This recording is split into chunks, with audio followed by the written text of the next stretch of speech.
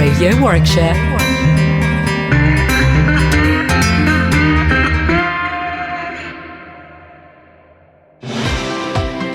Hey, good evening everybody and welcome to the Dougie Stone Radio Show. Getting some really good feedback at the moment from the show, so thanks very much for that and keep them coming. I do like it. And tonight's show I've got Bearnard, who is a bit of an entrepreneur himself, and he's going to talk a bit about entrepreneurship and what it means to him, and I hope that helps you out in your journey. And then I've got Lyndsey the Keux. She's got a vintage salon over in Birmingham and a custard factory, and I just had to go over and check it out. She's going to talk a bit about her journey as well, which is good. So hit me up at Dougie Stone on Twitter for any messages that you can and that you want me to answer, and I'll try and answer them for you. And as I say, if I can, I'll find someone who can. And the show notes for tonight will be on my website at Dougie Stone, and any links to the individuals, so go and check that out as well. And if you're interested in being on the show, then just hook up with me. And if you've got an interesting story and it relates to either entrepreneurship, adversity or dyslexia, I'd be lovely to speak to you and get you on the show. And as this show's airing tonight, I'm down in London, well, it's not London really, but I'm at Kew Gardens for this week for our other business, which is Smo Art. So if you're in and around Kew Gardens, why not pop along to the stand, come and say hello. It'd be great to have a chat with you. Come and see what my amazing girl has created, and she can create something bespoke for yourself. So a little plug there for our business, why not, eh? So let's get on with it. Let's talk to Bernard Keavy. He's a great guy. Actually, like all my interviews, we had a meeting, and I said, "Oh, let's do an interview." And he went, "Do you want to book a meeting?" And I went, "Nah, we're here together. Let's do it now." So most of my interactions are unscripted, uninformed, and they don't even know what's going to happen just before it takes place. So that's why they come over very natural, because that's what they are, natural. So here we go. Radio Warwickshire.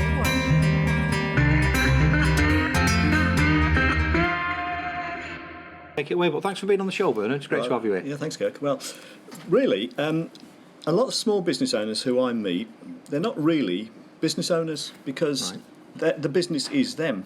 So if they ever came to sort of try and sell that business, they wouldn't have anything to sell, because, the business is them, they work in the business. Right.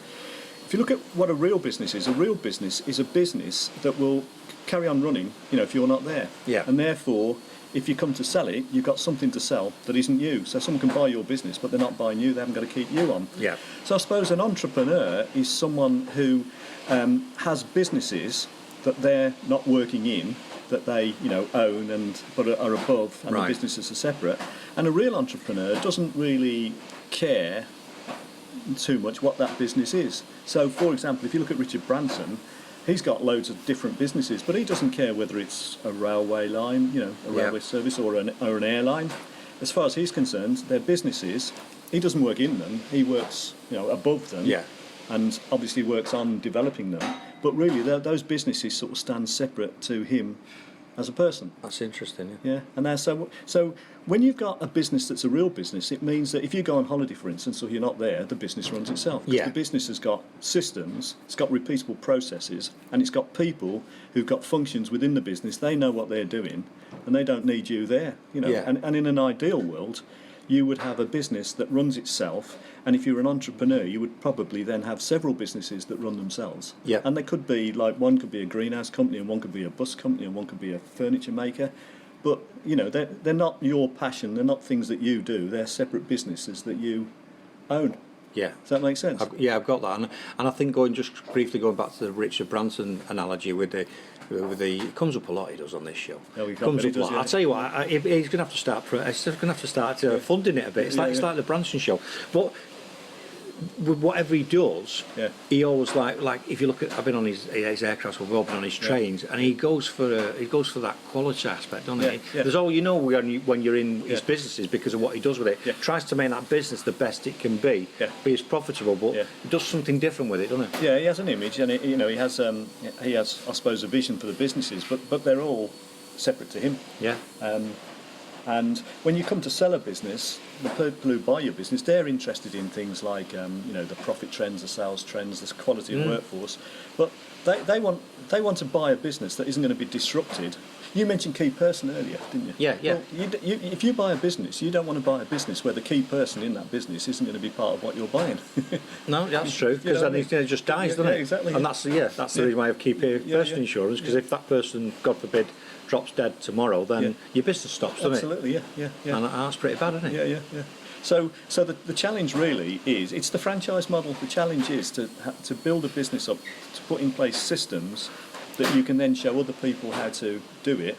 And it doesn't matter who's in a particular position at the time. They'll know what they're supposed to be doing, and they'll do it. And there's a system to follow. Yeah, I mean, the one that when I work with people or try and get the heads around, businesses and processes, and whether you like them or not, I always use McDonald's as a prime example, because you can go into one of the reasons they're successful is you can go into any McDonald's in the UK, and whatever you get, whether you think it's good or not, will be the same in every single one. The processes are the same. It's you know what you're getting, and you can replicate that.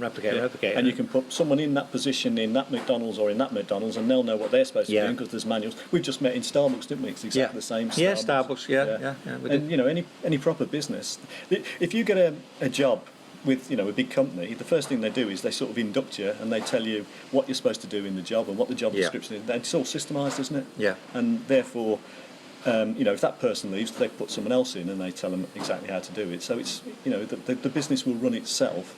It's not dependent on the owner or the people in it. Yeah, I'm really into systems, and I'm a real process nut. I really like processes and the way they work. And just picking up on that, because I know you've not mentioned it, but I'd like you to mention it, because you do something with businesses, don't you? You do something with a system that... Well, the system, what I work on is strategic marketing. Right. And the strategic marketing, it's called strategic because it's a way of getting from one point to another by doing sort of steps along the way. But it's not logic, it's cumulative and logical. Right. I suppose you could say it's scientific, but what you do is you build each time. So, in other words, you've got to do things in a certain order, which is what a system is. Yeah. So, if you're marketing your business, the first thing you've got to get right is what you're selling, your proposition. Then you've got to work out who you want to sell it to, who your ideal customer is, sometimes called a niche. Yeah. Then you've got to work out what it is that ideal customer really wants. So you've got to understand what the ideal customer is looking for. And then you've got to innovate your business to give them even more of what they want so that you are head and shoulders above the competition, if you like. You become the logical choice. There'd be a fool to do business with anyone else. That's the argument. There's a bloke called Peter Drucker, who's a famous marketing and management expert, who said that there's only two important things in business. One is innovation, which is, I know what you do, and the other is marketing. And really the two are intertwined because you innovate your business to give your ideal customer more and more of what they want. So once you've worked out what your proposition is and what they want, it's only then that you can actually start marketing it effectively. Yeah. The big mistake a lot of people make is they start marketing their business before they've done the other bits. Yeah, true. So you haven't really got anything to market. So then you come out with, we're the best and we're the cheapest and we're the most reliable, but you haven't actually got anything to back that up. Yeah, you've got no tangible evidence on how or anything. It's it's good that. Yeah. No, that's really interesting. So Bernard, where can people find you? What's your business called? First. Well, my company's called Baltimore Business Consultancy. That's a bit of a mouthful. It is. But if you wanted to find out more about what I do, they could go to www.financiallyfreeforlife, where the 4 is a number 4. .co.uk. Yeah, I think you should check it out because Bearnard knows what he's talking about, and he's a really cool guy, and that's why I wanted to get him on the show today. Thanks for coming along today on this, this miserable day. It is at the minute, but there's loads more I could have mentioned about the stuff before my system, which is the 6-step profit formula, but that's for another day. Yeah, I'll get you on. We'll get on for a full show, but I wanted to get a quick session with you, as it were, for the part of the show. Thanks for being on it. Thanks. Cheers, Bearnard. Yo, Warwickshire.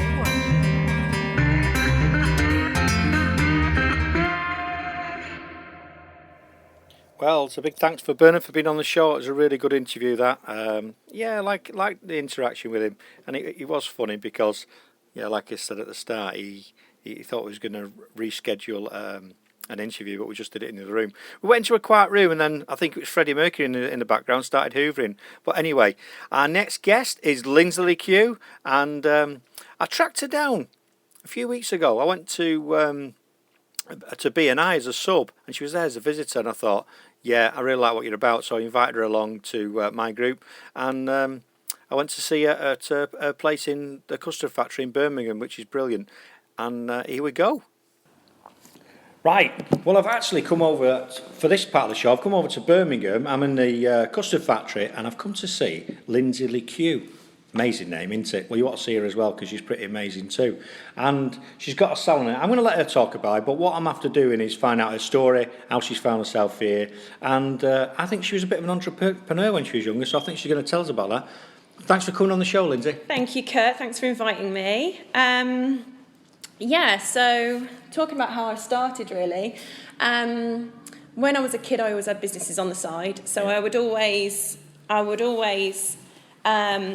the idea of making a bit of money. I like being independent, and I remember going to a little bead shop by my grand's house when I was younger and buying a load of beads and thinking, right, this is dead cheap, loads of different beads. It's really fun when you're a kid doing that kind of thing as well.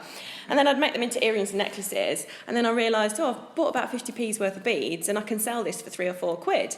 So I thought, why doesn't everyone do this? This is madness. You can buy something, spend a bit of time, sell it for more. And that concept just stuck with me so much, because I just love that transactional nature of business and adding value and then selling it on.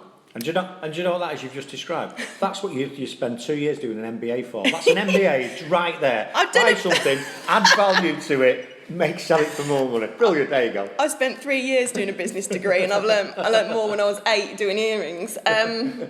So I'm coming at it from both sides.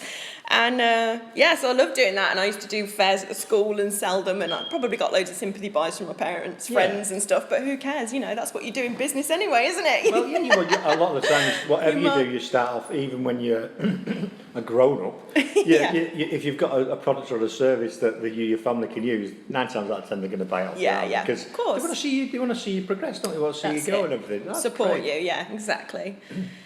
So what happened from there then? So that's what I say, you're an entrepreneur now, and you've always been an entrepreneur, and I think that's really interesting. A lot of people are entrepreneurs throughout their lives, and so you've done that, selling earrings for £3, great, making a bit of cash.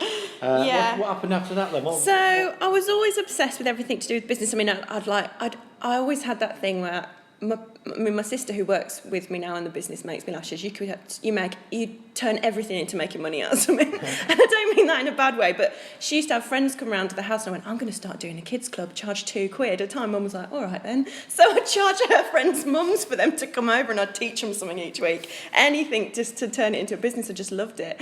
And then did Young Enterprise at high school. That was a real cementer for me, because it actually was the first time when I'd really sort of actually understand what it meant to have the structure of a business. Yeah.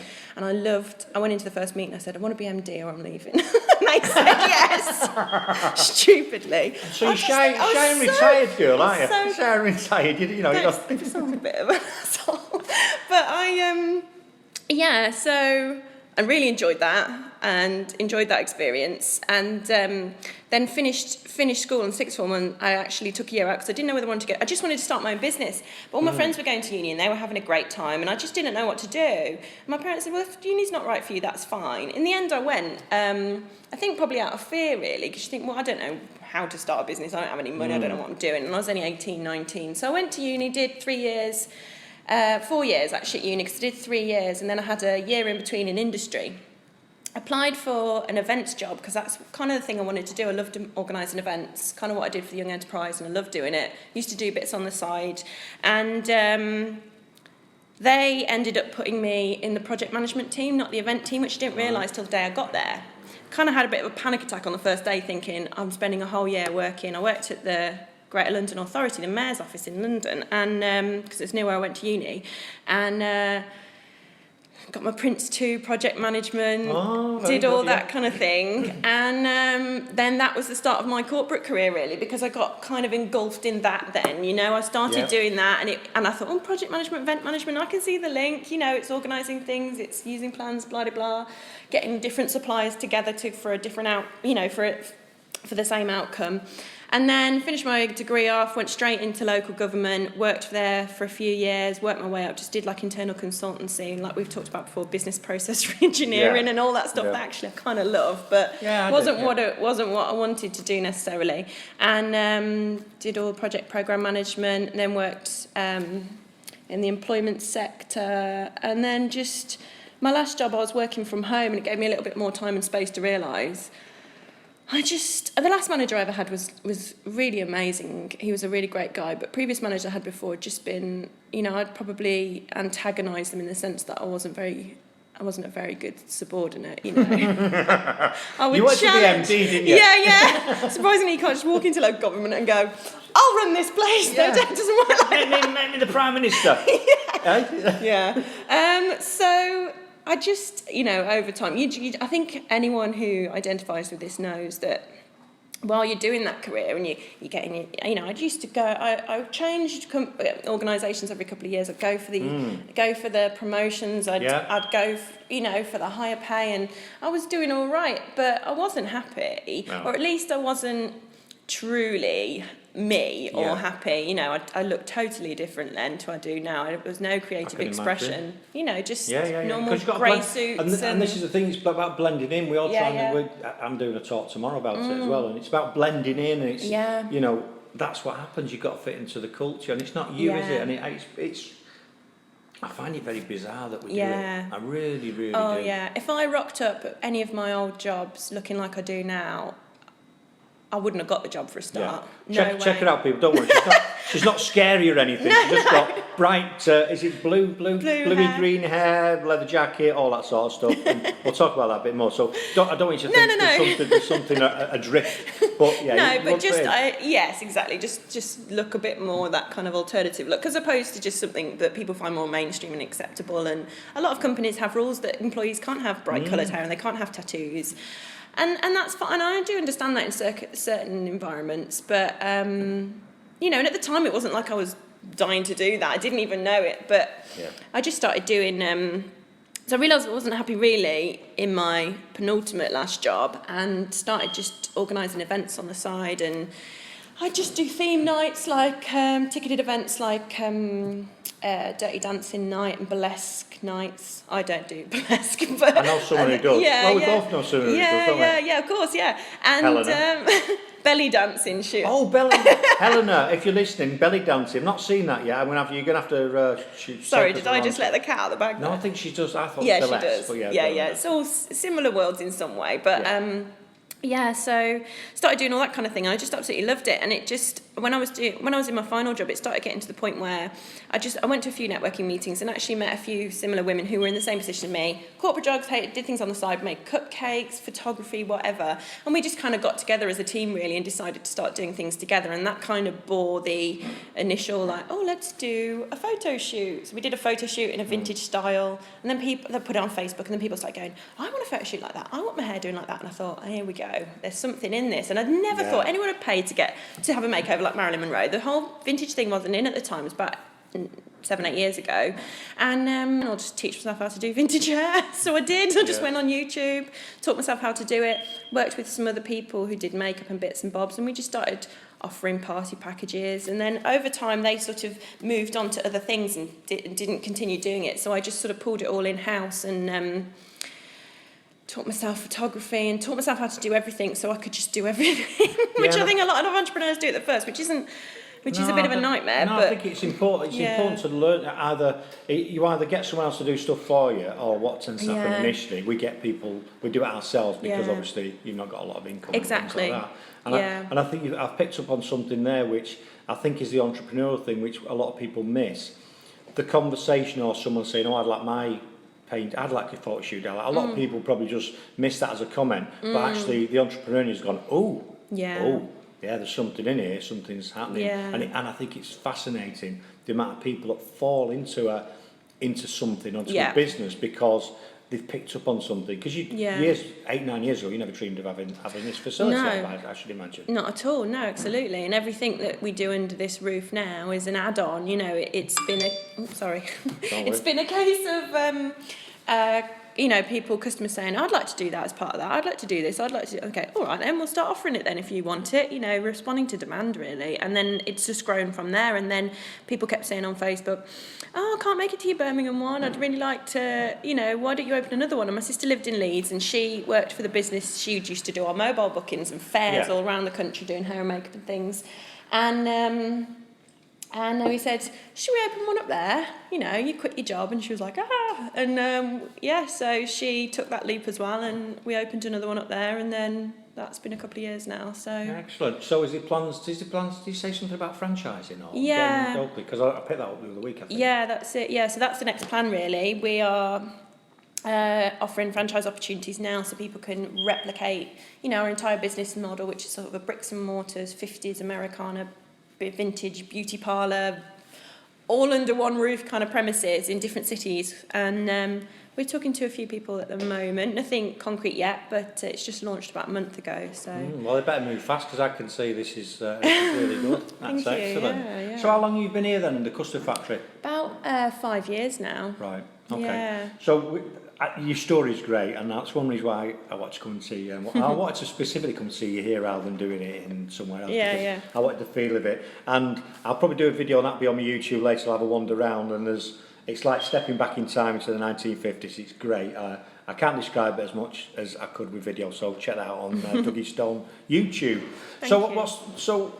Talk about what's going on here then. So what you were telling me before about hen parties. Yeah, so we do a lot of hen parties. So we'll have groups of women coming in, or we do kids parties as well, all age groups really, birthdays, that sort of thing. A lot of hens though.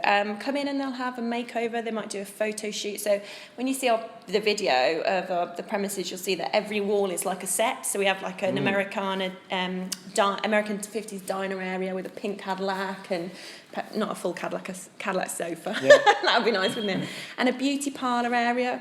So we use that as a set as well as a functional salon. And then people come and have afternoon tea, they have milkshakes, they have dance classes, crafting, pin-up academy, all sorts. So yeah, and then we do shopping and we've got our own cosmetics lines. We sell that and we sell clothes. So it's just like a one-stop shop really. We like to just, anyone interested remotely, whether they live this lifestyle or whether they just think it's fun for a day, just come and just have a milkshake or have the full works, whatever they fancy. Going around there into the salon area where it's all sort of, I can just imagine what it's like there on a Saturday when everyone's getting made over, because it's like, I don't know, it's like stepping into Greece, isn't it? Yeah, I can just imagine. That's what it's like, and I can imagine all Beauty that sort of school stuff. dropout. Yeah, it's just like that. It's like walking to a film set. I think it's great, and I'm so glad I come over this morning thank you. to see you. And that's good to get that reaction because we're quite girly in here, so it's nice that men do appreciate. Yeah, I think I'm in touch with my feminine side, but don't tell anyone about that. Yeah, it's just an appreciation, isn't it, of something a bit different. Yeah, I like things that are different. I like people that are following the passions, following the dreams, and that's what I'm trying to do with this show. Is you've had an idea and you've gone out and done it, and a lot of people have gone, I'd be quite, because your corporate job, you was getting well paid, and it's almost like the golden handcuffs in it that, I'm leaving that job and it's X amount a year. Oh, what am I going to go? How am I going to live? And I don't. And then I think it's a shame when people then get to being like 50 and 60 and then go, shit, I wish I'd have done that. Yeah, we should have took that. I mean, my wife was similar. She had a really good job, and said, son was young, and she said, "That's it. I want to go and study design." Brilliant. So I was like, you know the time. When you got two incomes. But quite rightly, I said, no, it's right, because what we don't want to do is, even if it didn't work out, and it has worked out, even if it didn't work out. The worst thing to do is have regret. So at least she's done it and she's on it, and it's great. And I think I just want to really encourage people to really think about what they're doing now, absolutely, what they could do and what they want to do, and just go and do it. And guess what? If it doesn't work out, go and get a job. Yeah, exactly. You can always go back and not that you will, but no, you won't. Yeah, you won't want to, and you won't have to, but you can. And it's not the end of the road, you know. And I sincerely believe that. You know, I think there's a misconception that you have to get a big business loan out and you have to do this, that and the other to start a business. You don't necessarily. Some businesses you do, but you don't necessarily. I started this on not very much money at all. I'd made the plan in my head, right, I'm going to leave this job in 6 months' time. I started saving some of my salary. My husband and I actually had a house that he'd owned years and years ago with a much smaller mortgage because he's a bit older than me. And we bought another house, beautiful house. And I said, and again, like you say, you've got to pay your mortgage, you've got to keep your job. We just made the decision to sell that house and move back to this other little one. Right. In a town we didn't necessarily want to live in, so that we could do this. So we thought, take the financial pressure out of it. And I saved a bit of money, but I started this business on hardly any investment whatsoever. I'm talking about a few £100. I'm not talking about thousands. Yeah. And then every time I made some profit, instead of paying myself loads of money, I would reinvest it. And I'd reinvest Sensible. it. And we grew it. So I think it doesn't have to be scary to think I'm going to have to get myself in 100 grand's worth of debt and pay it off over 3 years to start a business. It doesn't have to be like that. I mean, because you've got a lot of stuff. You've got a lot. For someone to replicate this now, what you've got, that I'm looking around and thinking, shit, there's pound signs. I swore then. There's pound signs everywhere. I'll get told off. Yeah. There's pound signs everywhere. You know, like that barber's chair you've got in there for sale. Beautiful, original barber's shop chair. Yeah.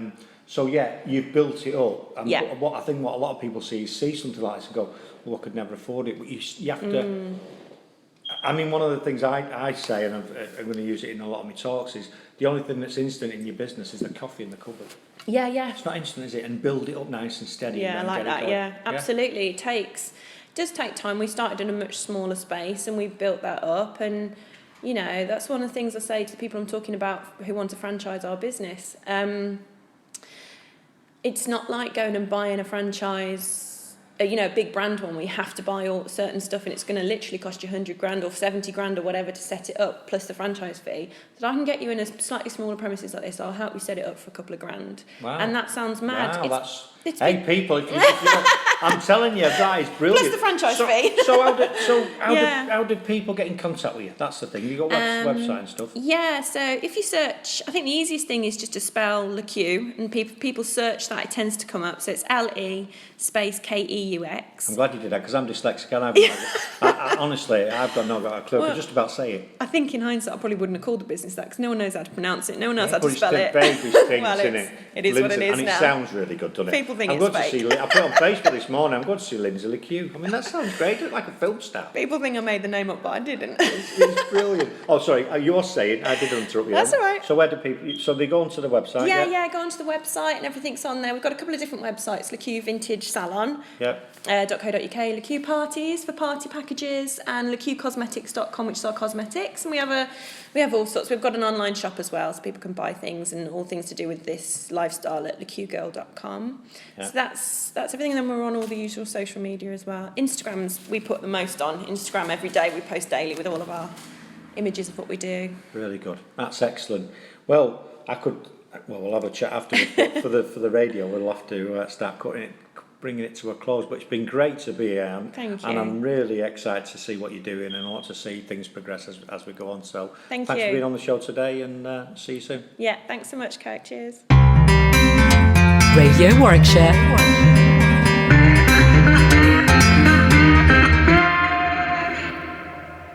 Well, two great guests again. Bearnard, thanks for that. Thanks for the information. And Lyndsey, she's full of fun, full of life, and check her out. Go to the custard factory, especially if you've got any girls or you're doing a hen party, because she's really good what she's got going on there. And I liked her that much when I met her. She's actually on my team now for networking at Leamington Breakfast. So if you want to meet her face to face, go and book in, and you won't be disappointed. She's good fun. She's good fun. So anyway, if you're sat there thinking, I hate my job, I dread Monday mornings, I don't know what I'm going to do, it's driving me insane. Well, have a think about what you're passionate about and try and turn that into a business. And you don't just have to jack your job in. I keep saying this to people.